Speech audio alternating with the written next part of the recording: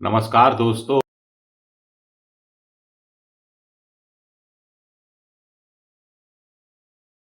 Minute आपसे जुड़े रहने की कोशिश करूंगा। तो क्या मोदी सरकार से, बीजेपी से चंद्रबाबू नायडू और नीतीश कुमार और एकनाथ शिंदे खुश नहीं है? इन तीनों के पास सामूहिक रूप से 25 लोकसभा के सांसद हैं और अगर ये बैसाखी हट जाती है तो बीजेपी 293 से घटकर 267 पर आ जाएगी। बीजेपी यानी एनडीए बहुमत से 5 का आंकड़ा कम। हम ये बात इसलिए कह रहे हैं क्योंकि एनडीए की बैठक होती है, लंबे समय बाद दिल्ली में एनडीए की बैठक होती है, जेपी नड्डा के घर बैठक होती है, अमित शाह उस बैठक में मौजूद होते हैं।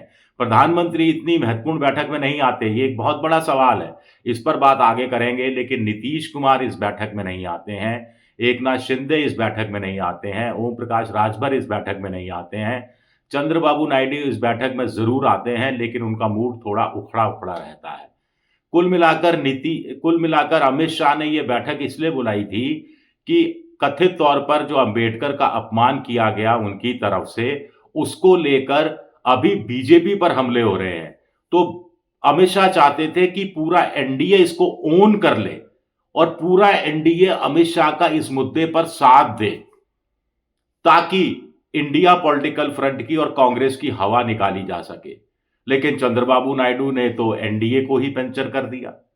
सुना है, इंडियन एक्सप्रेस में छपा भी है कि चंद्रबाबू नायडू ने कहा कि जिस तरह इंडिया पॉलिटिकल फ्रंट बेहतर कोऑर्डिनेशन के साथ सामने आ रहा है, रणनीति बना रहा है, वैसी रणनीति, वैसा कोऑर्डिनेशन एनडीए में होना चाहिए।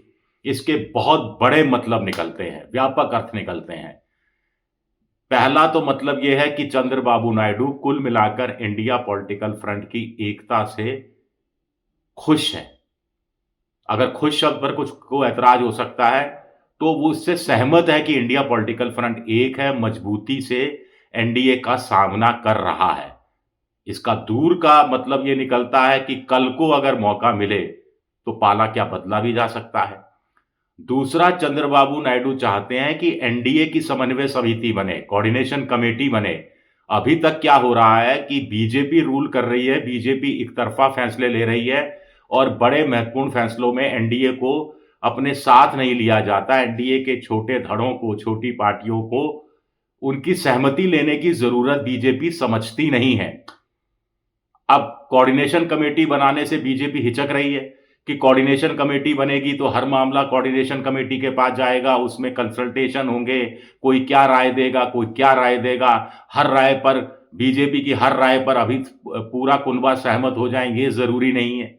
लेकिन चंद्रबाबू नायडू ने दूर की कोड़ी उछाल दी है, तालाब में पत्थर उछाल दिया है कि अगर एनडीए को, अगर आपको समर्थन चाहिए एनडीए के साथियों का, अगर आप चाहते हैं कि अमित शाह के मुद्दे पर एनडीए के साथी अमित शाह के साथ आए, तो बीजेपी को कोऑर्डिनेशन कमेटी बनानी पड़ेगी, बेहतर समन्वय स्थापित करना पड़ेगा, हर बात एनडीए के साथियों से पूछ कर करनी होगी।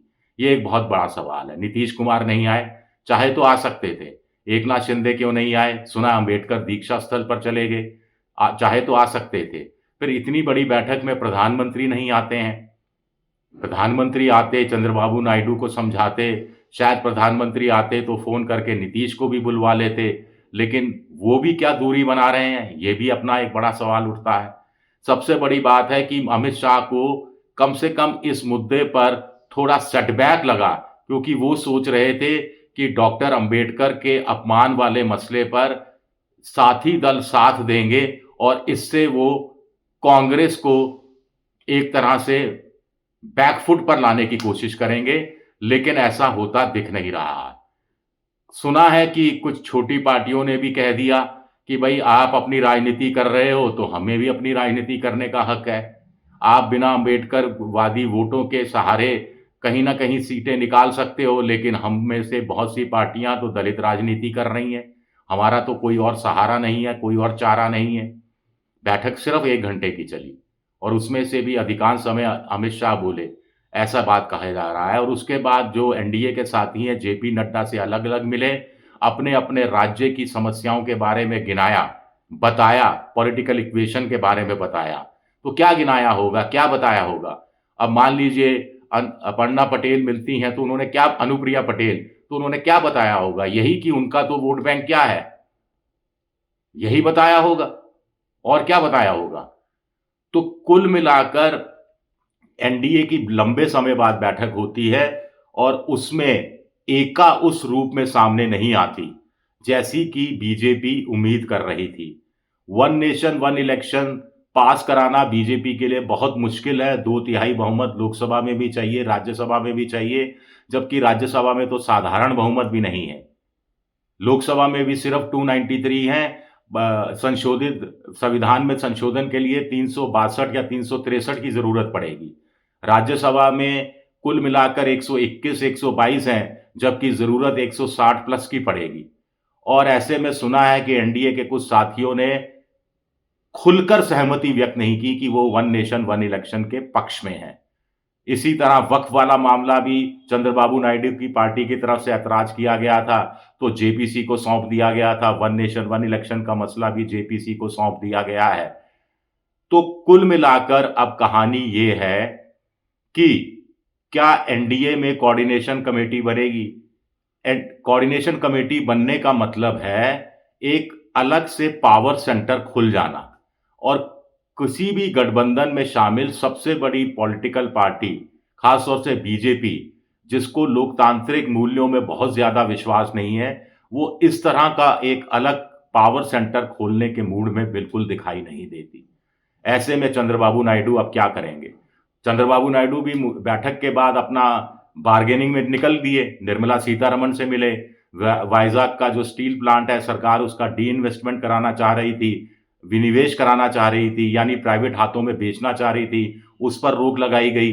यहां चंद्रबाबू नायडू के आगे सरकार झुकती हुई दिखाई दी। वो अश्विनी वैष्णव से भी मिले, वहां पर एक रेलवे का हेडक्वार्टर विशाखापट्टनम में खोलने की उन्होंने मांग की, कुछ पुरानी मांगों को लेकर भी मिले। तो कुल मिलाकर चंद्रबाबू नायडू एनडीए में थोड़े उखड़े उखड़े दिखाई दिए, और साफ तौर पर उन्होंने निर्मला सीतारमण, अश्विनी वैष्णव से मिलकर पुरानी मांगे याद दिलाकर एक तरह से फिर बजट सत्र से ठीक 1 महीना पहले ये आगाह कर दिया कि हमारा साथ चाहिए, हमारी बैसाखी का साथ चाहिए तो कीमत चुकानी पड़ेगी। पिछले बजट में आप जानते हैं कि स्पेसिफिकली चंद्रबाबू नायडू और नीतीश कुमार के राज्यों के लिए अलग से धन की, अलग से योजनाओं की घोषणा की गई थी। उसमें से कितनी पूरी हुई, कितनी नहीं हुई, हमें नहीं पता। तो क्या चंद्रबाबू नायडू याद दिलाने आए थे कि पिछली बार ये कुछ बच गया है और इस बार जब बजट 1 फरवरी को पेश होगा तो इसमें हमारी नई मांगे शामिल हो जानी चाहिए? देखना पड़ेगा। शुक्रिया मेरा ये वीडियो देखने के लिए। पसंद आए तो लाइक कीजिए, सब्सक्राइब कीजिए, शेयर कीजिए। शुक्रिया, बहुत बहुत शुक्रिया।